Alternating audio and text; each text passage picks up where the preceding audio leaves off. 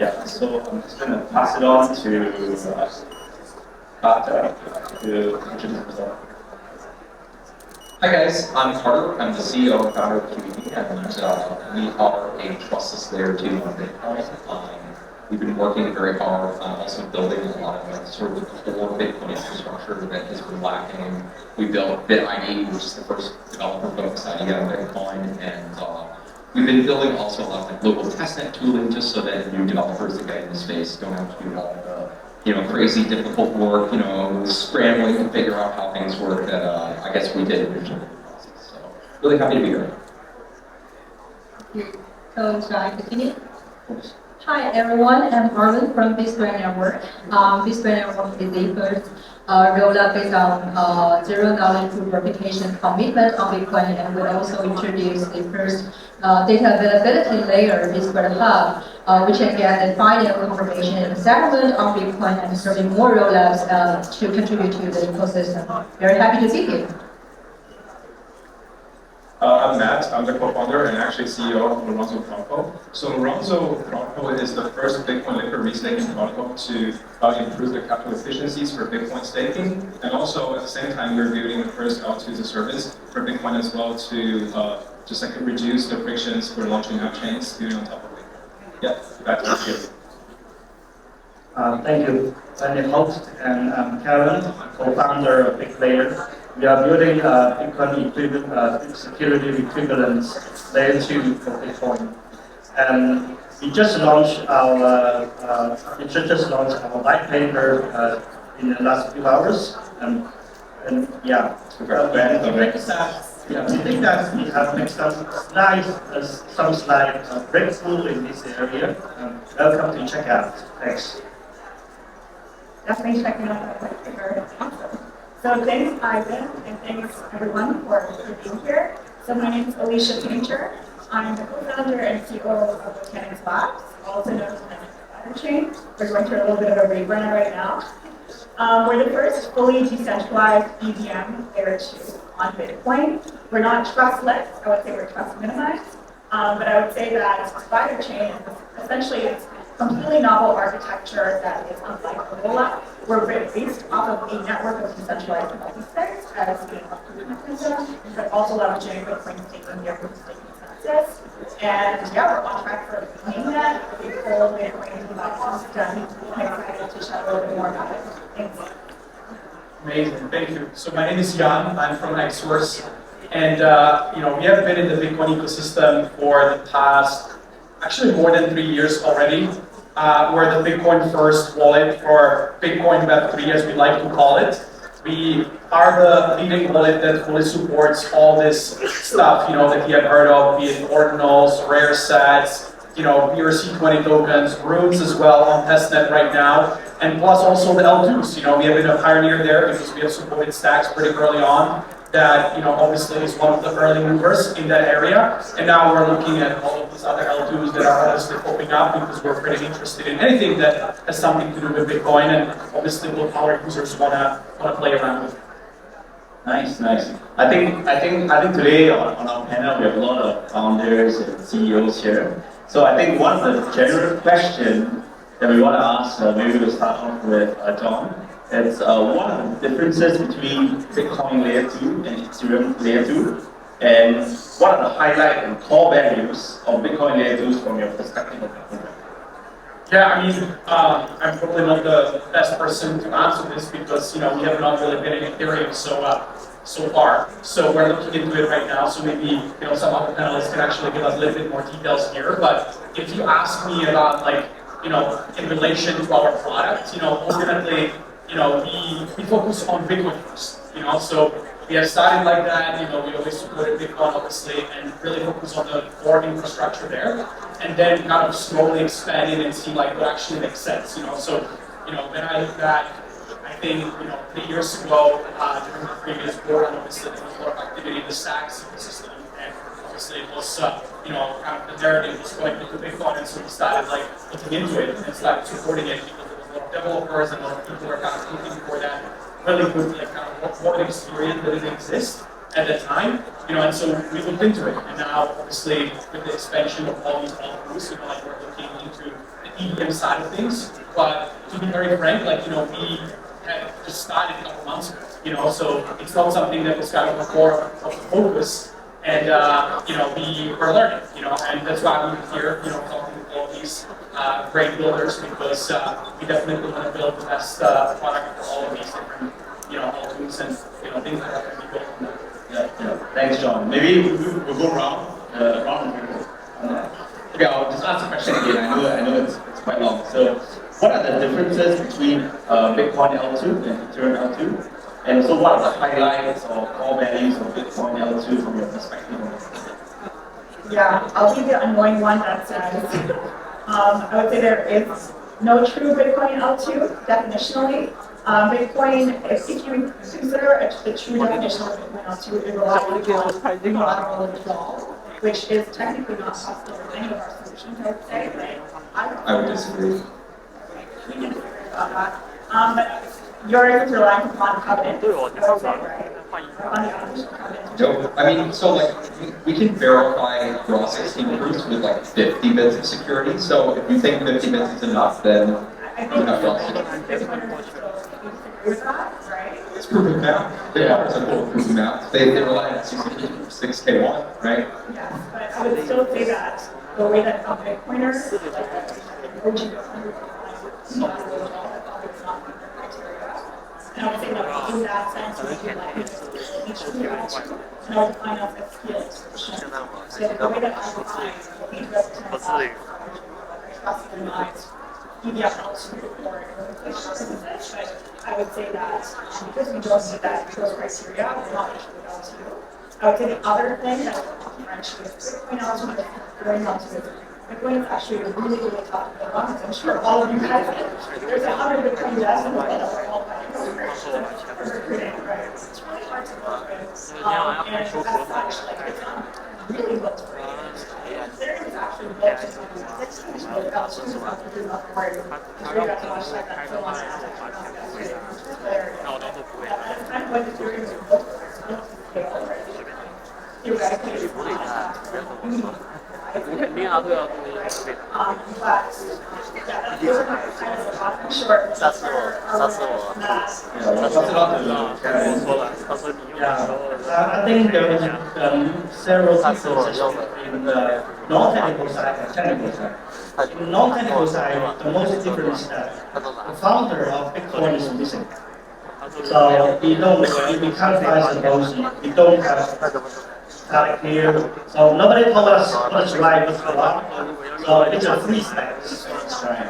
The free space, and everybody is trying to try it.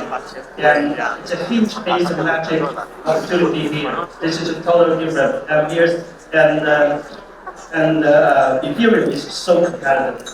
It's so competitive. So Bitcoin is a blue ocean for us, for people, more us.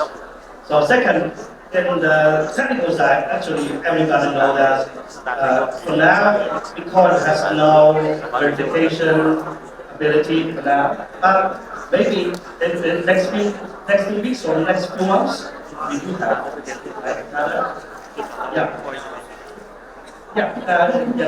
my opinion. That's Thanks. So I do like kind of breaking it into two parts. One is like on the business, on the product side, and the other one is on the technical side. So I think on the business and the product side is, so in Ethereum, actually, if you want to do like good products like DeFi, gaming, or whatever, it actually doesn't need to really depend on L2. L2 is good to have, but if you got good products, you can do it directly on Ethereum. But it's kind of different thing for Bitcoin is because you can't really do dApps on Bitcoin. You have to need good L2s, reasonable performance L2s. To build your products. So a lot of things you see today is that we see a lot of kind of different solutions, proposals for Bitcoin L2s, but I mean, we haven't seen enough good applications to be popping up. So yeah, I'm happy to see kind of more L2s kind of like in place, and like tons of products could be in place as well. So on the technology side, I think it's kind of more, just what I've heard from a lot of people, it's like So we're talking about like settlement to settlement 文总来，我要 states, 过去那边。 So Chewy Point 那边，我 settlement, most of these states, application states in Ethereum is kind of practical, but 什么时候过来的？ very different challenge, implementations challenge, and also the size of the stage you can write onto Bitcoin in a short amount of time is also another challenge. So we have to kind of leverage some of the resources to those technologies.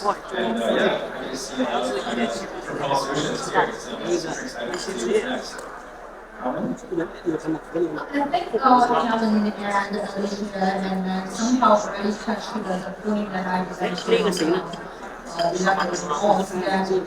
From the technical perspective, Bitcoin is not Turing complete. So it cannot verify the group and it has no space to store all the detailed information of the transactions.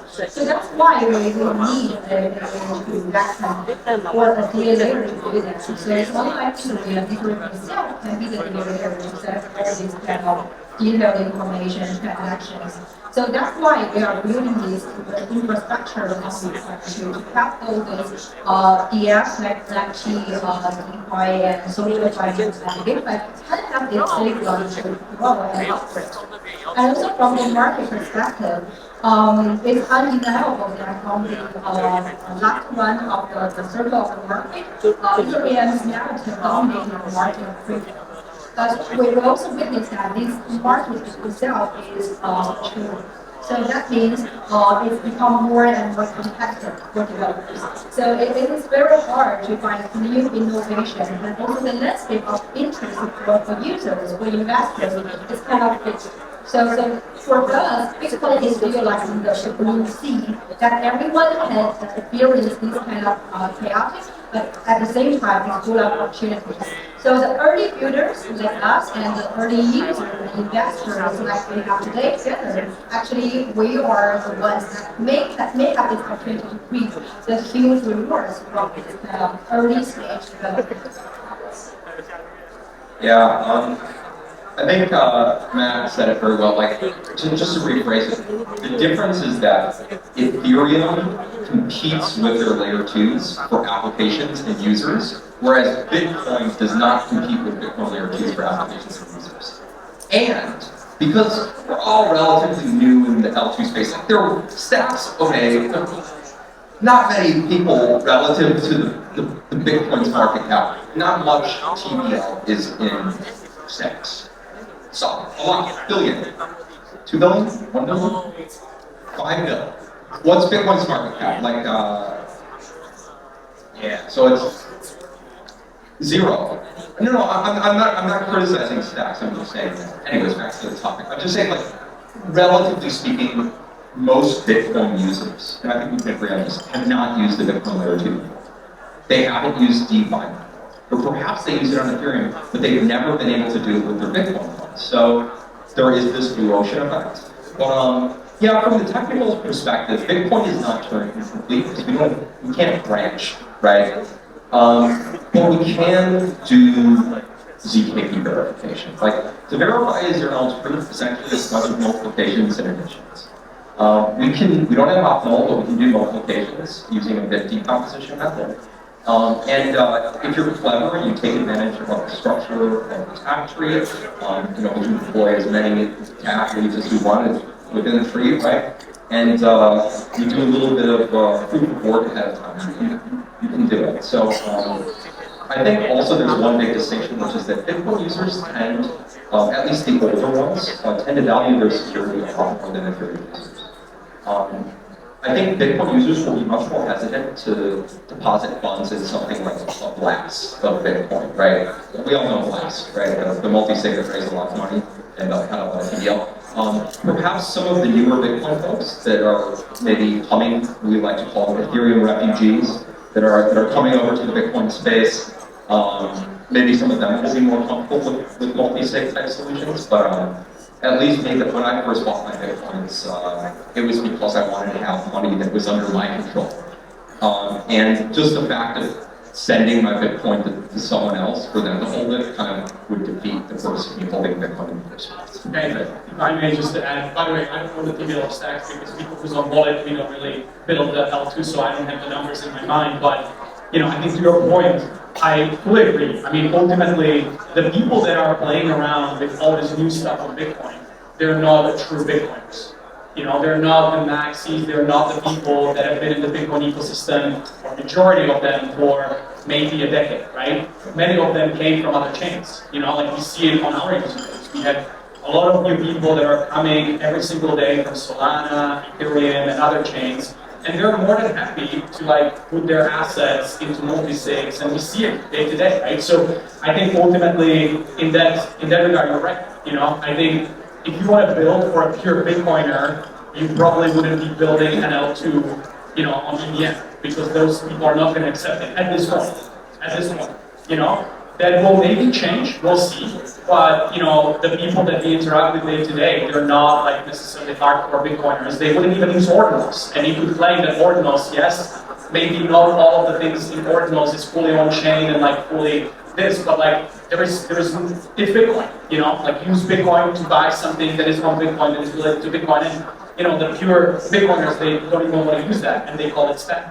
So I think depends kind of who you target and how you look at it. Not all pure Bitcoiners call ordinal spam, to be clear.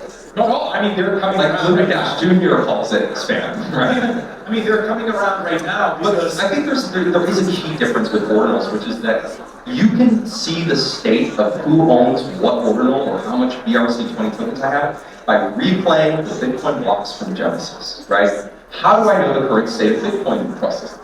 By replaying the blocks from Genesis. So by the same process that I can verify Bitcoin, essentially the same way of checking its security, I can also know what the current state of ordinals is. And I think that's the difference. Thank you. Thanks, thanks everyone on the panel. So basically, I think all of you give the differences and deep insight, or rather, more insights into what BTC helps you to be. The next question I want to ask is, many chains have developed modular blockchain architecture. So how will modularity change the overall landscape? And how does it unlock the potential of Bitcoin? So this question, I think I'll give it to Alvin. So I'll use a metaphor because we're in Hong Kong now. It's like we would like to build a bridge that connects Hong Kong and Wuhan and Macau, the big bridge. It cannot be done within one team, right? So modular designs help this market get these specialized teams collaborate together and find a synergy. And also, it provides the developer a level for them to build on their own technology and on their own advantages, and then collaborate together. And also, each module itself can be developed and optimized by itself and affect the whole structure of the system. So for us, bringing this modular design for Bitcoin is trying to lower the barrier for developers to enter this ecosystem. And also, we think that mature market, it should be specialized in different directions and also have the expertise in different directions. And also, we all know that it has impossible to enable for the blockchain, the scalability, safety, and decentralization. So one single chain can only fulfill maximize two of them, like the safety and the decentralization. And for the scalability, it can be done through this modular design. So we also witnessed some solution on Ethereum that will be stacked, that allow the developers to leverage on. And for us, we are bringing these modular tools for the developers for the Bitcoin, and we do hope that we can contribute to the development of the whole ecosystem as the infrastructure and providing these tools to developers. Thanks, Alvin. I would like to ask Matt to question the board, actually.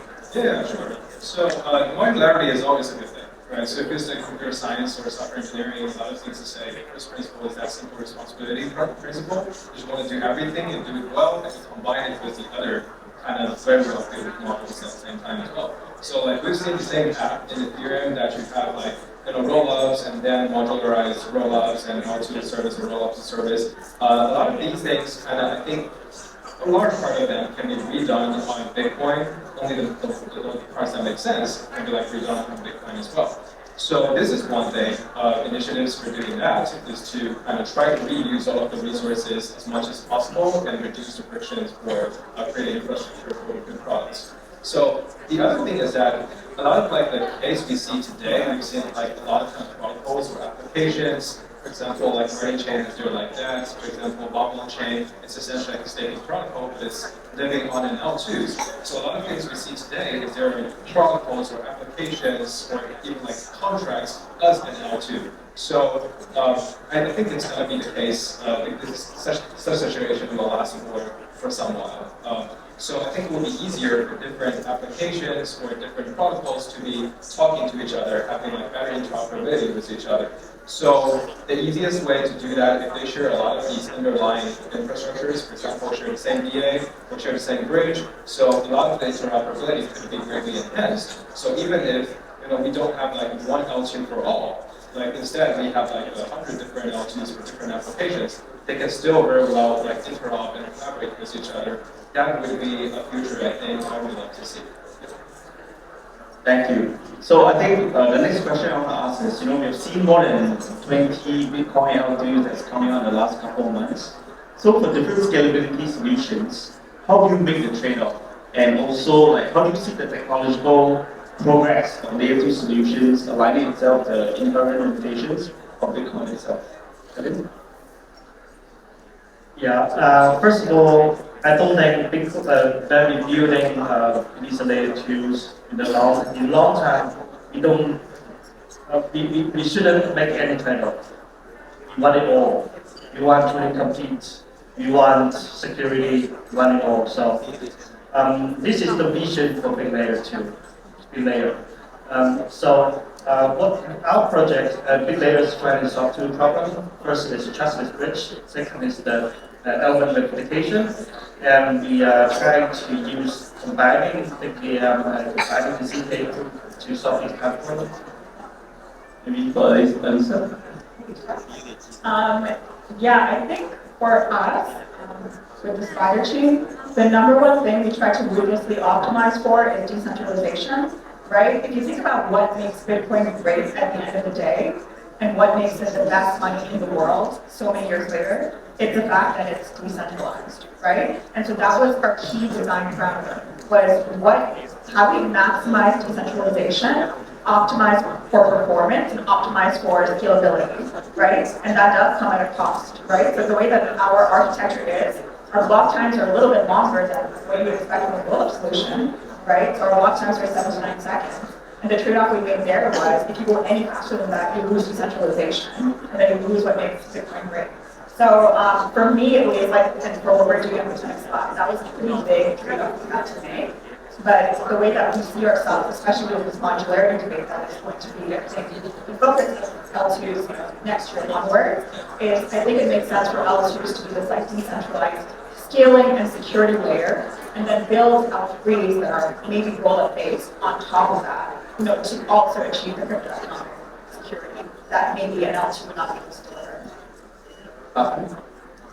Yeah, we don't have to make trade-offs between scalability and security because we have the first zero knowledge proofs that are reasonably fast. So, no, it is very fast. Like 80 milliseconds, plenty fast, right? You can do a million transactions, generate a single succinct zero knowledge proof, maybe 20 kilobytes in a few minutes, right? So you can get full map-based security, not economic security, not weird incentives, if you abandon serial state model, or you figure out some way to, I guess, make your witness generation faster and use something like mega EVM. And then you don't have to make any trade-offs as long as you have sufficient compute power to prove generating zero knowledge proofs or mathematical proofs of the computations that you're doing on chain is a very highly parallelizable operation. So yeah, we don't have to make trade-offs like that anymore. A lot of big chains in the Ethereum ecosystem, like you see, Polygon is moving in this direction as well. But yeah, in general, those days of very low TPS and all the blockchains being trade-offs between security and scalability, that we don't have to do that anymore. We have the mathematical primitives and the proving frameworks that are really, really fast. So I disagree.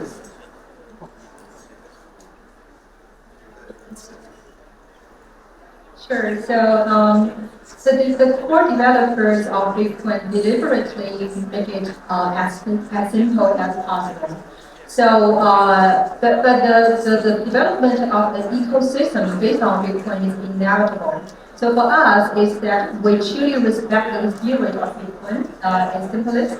But for us, we need to find an approach that to help contribute to its scalability. So our solution, our approach is that we have this universal DA layer as we make the data that we write to Bitcoin is aggregated as simple as possible. And this DA layer is it leverages like the decentralized knowledge protocol, and we run this the process to verify the data group into a logical circuit and calculate into a suite of virtual tree and write that as a commitment that can verify the data group correctly. So all of these approaches are trying to contribute to the foundation of the safety of these layer 2s and also the whole Bitcoin ecosystem. So for us, we cannot ignore the safety only for this like short-term FOMO or hype of the market that we do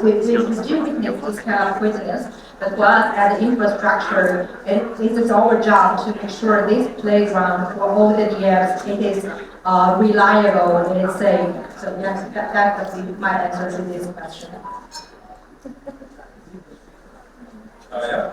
So we are actually like the big believers of Bitcoin staking, and we are working on liquid staking protocols and restaking protocols on top of that.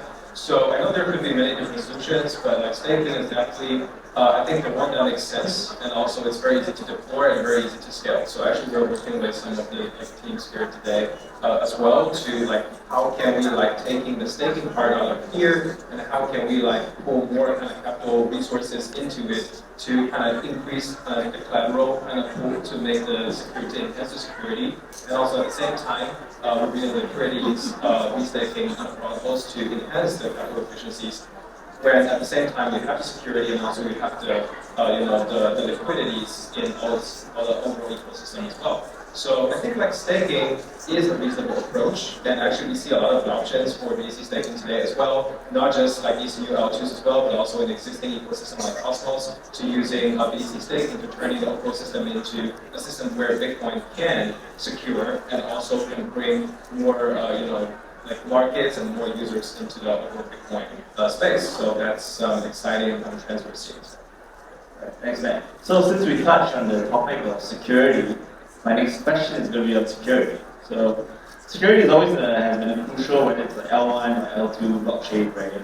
So how do you guys leverage Bitcoin security or bring greater speed, scalability, and functionality onto the L2? Very strong stuff.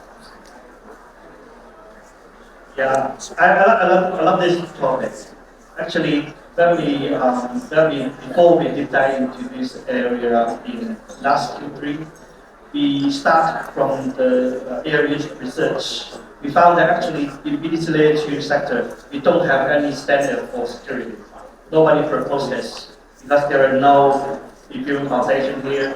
There are no security standard. There's no categorizing standard. What kind of solution of the specific project using rollup, side chains? Nobody thought what was right, what was wrong. But things are changing here. We are working on some website BTC version of L2 bits called BTC Ether.org. We launched that. We work with some ecosystem partners. Launched this website last week. We just want to clarify what kind of project, what kind of security level of specific projects, and people, and even last month, Bitcoin Magazine had proposed some kind of BTC Layer 2 standards. I think things are changing here.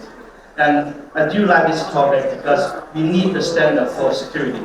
And for me, the security standards, we should combine the real situation of Bitcoin, because Bitcoin is totally different from Ethereum. Second, we should learn the history and experience from Ethereum. Because they have built layer 2 for years. So for me, the top three metrics for Bitcoin L2 securities. First, it's about the trustless bridge. Second is the element of education. Third is about the censorship resistance, and DA. And these three is very key parts of the security metrics. Thanks. Thank you, Alicia. Yeah, I would say with Spider Chain, we were very intentional that Bitcoin is our gas token in the layer. Everything is on Bitcoin, and so in that sense, we inherit liquidity from Bitcoin, the best money in the world. It's the most secure in the world, 100% uptime, baby. So I honestly think that for Bitcoin L2s that are truly running on Bitcoin, not saying all of them are not, we're not here to make that judgment, but for those that are actually using Bitcoin as gas tokens there, we're here to make that security for Bitcoin. That's what that means. And in terms of those standards, I mean, so I was in Ethereum for almost a decade. I was part of MEP conversations and a lot of security discussions. And I think Bitcoin, fundamentally, based off of proof of work, is not subject to a lot of these security risks as Ethereum did, right? Like even if you think about the UTXO management model, right? Like it's just very, very different. So I would say that's how we manage it, and then just on that level, obviously do smart contract audits and all of those things. But in terms of security, we're trusting Bitcoin. John? Like, security is not how Bitcoin aligns though. It's under what circumstances could someone else run off with my Bitcoins, right? So if it's a multi-sig and I'm not on the multi-sig, and no one I know is on the multi-sig, and those multi-sig people can run off with my Bitcoins, then that's not Bitcoin security. So Bitcoin security is the only way to take my Bitcoins away from me is if you break Bitcoin security itself. If you break Bitcoin's proof of work, then you can steal funds from QED or other layer 2s. And I think BitVM is a great solution for a lot of chains, using optimistic wolves with this. But the real security is not about buzzwords or how close we are to an ecosystem or working with who and whatever. It's about, can people take our money away from me, right? And yeah, I don't know, multi-sigs just aren't it. So don't send your Bitcoins to other people, please. So one of these multi-sigs is gonna end up having problems. I 100% agree. I think that, and I mean, there's a lot of projects in which they are utilizing decentralized multi-sig Bitcoin. Obviously, that is, exactly rapid is probably the biggest one in the world, right? So I think the thesis here is, not your crypto, really, that's the TLDR security. And that's why our model is contingent on decentralized multi-sig. We can get into the merits of that later. I'm sure Carter has a lot of thoughts on that. But I do think that, TLDR do not send a Bitcoin to centralized multi-sig. It is going to happen with the cycle, but there is going to be a lot of security risk that comes along with that. Well, I think that conversation is really interesting because we know that actually there are labs happening in the market now, like what Nordic has done, what BitVM we are doing. So the Bitcoin itself is working the multi-sig products, and we also have some sort of the guarantee method to let our users to know that their money, the assets are safe. The money sector will only expect over 2 feet of fine, and the other 3 are controlled by the audit company, the top venture market, and so on. So I don't think I cannot say that it's 100% safe to use from your perspective, your point. No, that's the possibilities. We are always talking about the risk possibilities, right? We cannot make that 0, but we can minimize it. So that is. And also have to talk a little more about the mechanism that we are using to ensure the transaction safety. That this layer we are providing to the market We're not only write the aggregated ZK proof to Bitcoin, as many of the sidechain or layer 2 solutions are doing.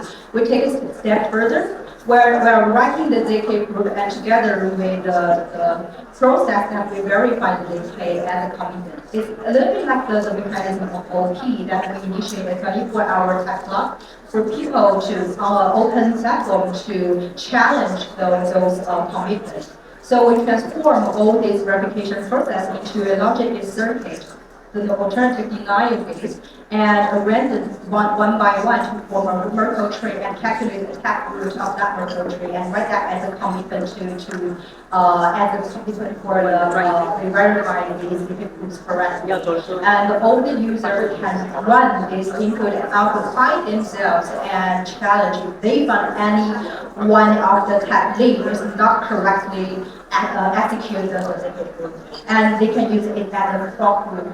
So if we are inspired by BitVM, I have to say that, but the approach we take is to write it as a commitment and the right on Bitcoin. So that is the first solution that we deliver, and also recently we announced the strategic collaboration with Babylon. So the DA layer itself is a POS chain, and we will also collect with Babylon to ensure the safety.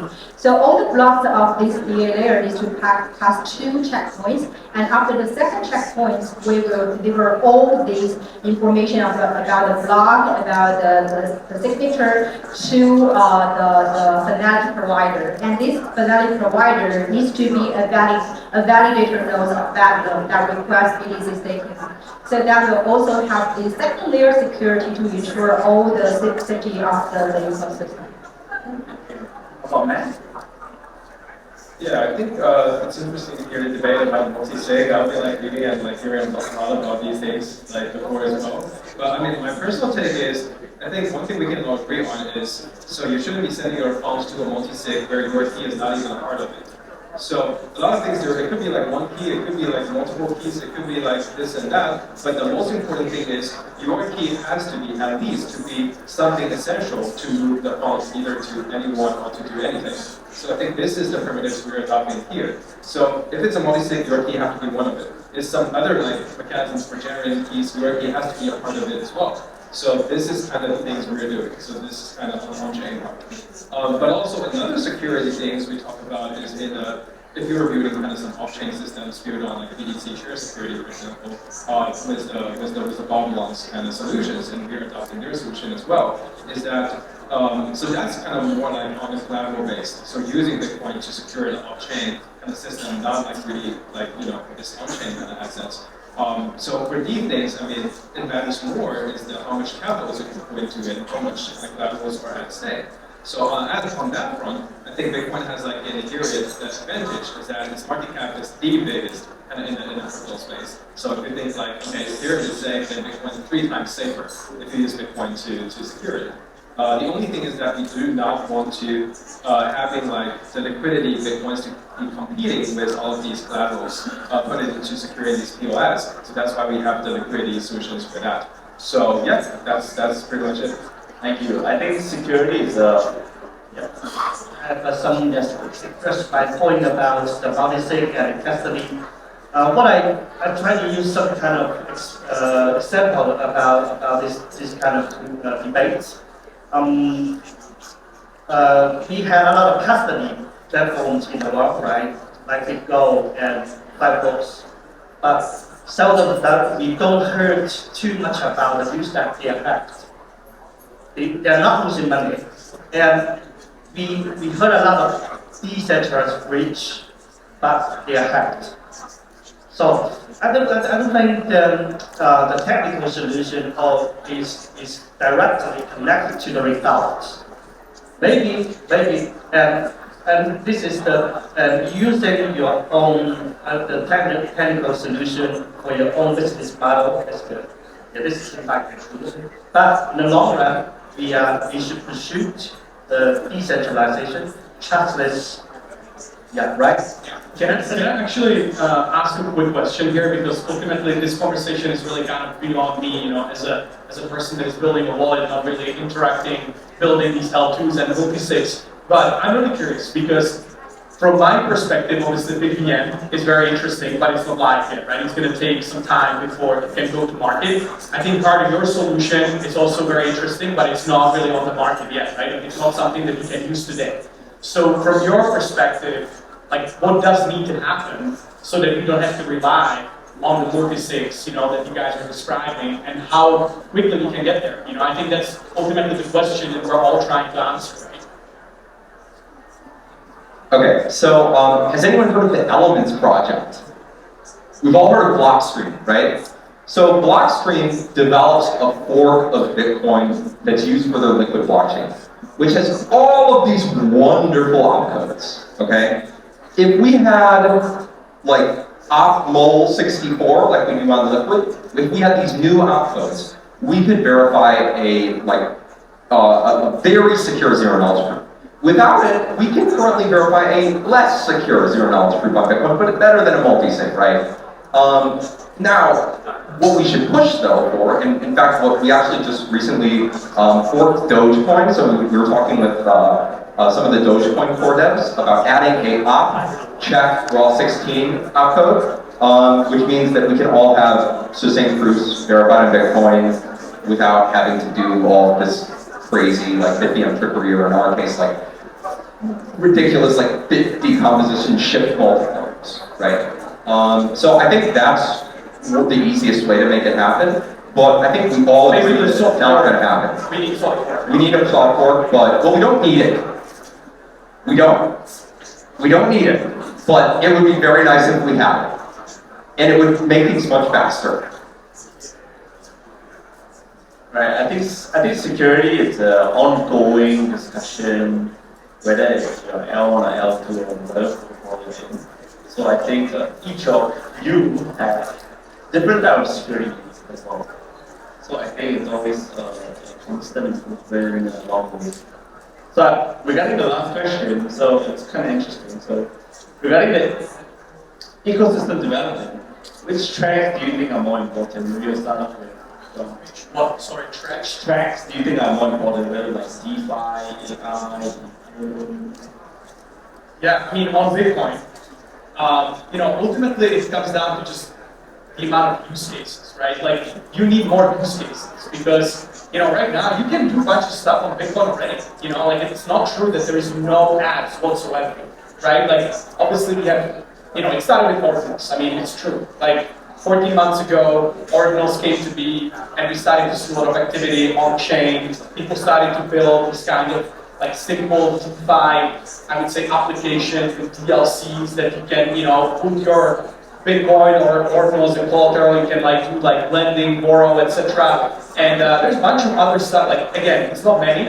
I agree, and that's what we need. We need more use cases because that's the only thing. Like, how we're going to attract users and how we're going to attract that liquidity, right? Because I think ultimately, when you look at some of these L2s, and I'm looking at it from just purely like a user perspective right now, like, yes, you can get a lot of TVL because maybe you say, okay, hey, I'm going to give you airdrop, like, you stay with me and, you can get an airdrop. And so that's one way to attract users and liquidity, right? But the other way is actually to bring use cases that people really want to use. And I would love to, at my Bitcoin, I would love to, I don't want to sell it, but I would love to get some money against it, like who's going to build it? So to me, like, DeFi is 100% the thing that makes sense for Bitcoin. We just have to see builders actually build something that is usable, user-friendly. I think we contribute to that with the wallet because, before ordinals and before we came to be, like, using some of the Bitcoin wallets is actually pretty hard for like a normal user. Because you have to be fairly technical to use those wallets, and you could even end up making mistakes. And so, bringing nice UX, UI, and obviously those use cases, I think that's key. The more, the better. Alicia? I'll be brief. I think, for me, I want to bring everything to Bitcoin. Everything. Like GameFi, SocialFi, DeFi, everything Fi. I want to bring it all back to Bitcoin. Realistically, what drew me to crypto in the first place a decade ago was the Satoshi white paper and their vision to like change the world, right? Through the separation of state and money. And I think what I want to see happen in our lifetime is the transformation from Bitcoin, from just the medium from a stored value as it stands today, like digital gold, to a medium of exchange, like a full financial instrument and a full global money, right? I want to see a world that runs on Bitcoin, and that starts with the money, which means DeFi. So that's our purpose. Yeah, this is a question every founder of BTC Layer 2 should answer and always think about. For us, DeFi is the foundation. We need DeFi, so we are onboarding big layers, we are onboarding a lot of this kind of project here. But back to the next adoption, we think that the stablecoin transferring is maybe the next big thing for the Bitcoin ecosystem. Yeah, and because we can check the transcans, they are sending millions of transactions every day. They are earning millions of dollars every day. So this can be a huge business. Yeah, so I actually personally from a trading background, so the way I see it is that, so it's very exciting to see more adoptions and more kind of use cases for Bitcoin is coming up. But that also brings in another topic is that, so essentially Bitcoin becomes an asset which can appreciate from all of these markets. If you think about like today's money market, for example, US dollars or Hong Kong dollars, like all of these financial instruments are actually all about where do you place this money to bring it like, and come back with rewards. So it's going to be the same case for Bitcoin as well. So previously Bitcoin is some assets just sitting, in your wallet, and it might appreciate over time. But today, Bitcoin becomes an investment tool that where do you allocate your assets, for how long becomes like, and how do you get it appreciated becomes the next biggest question.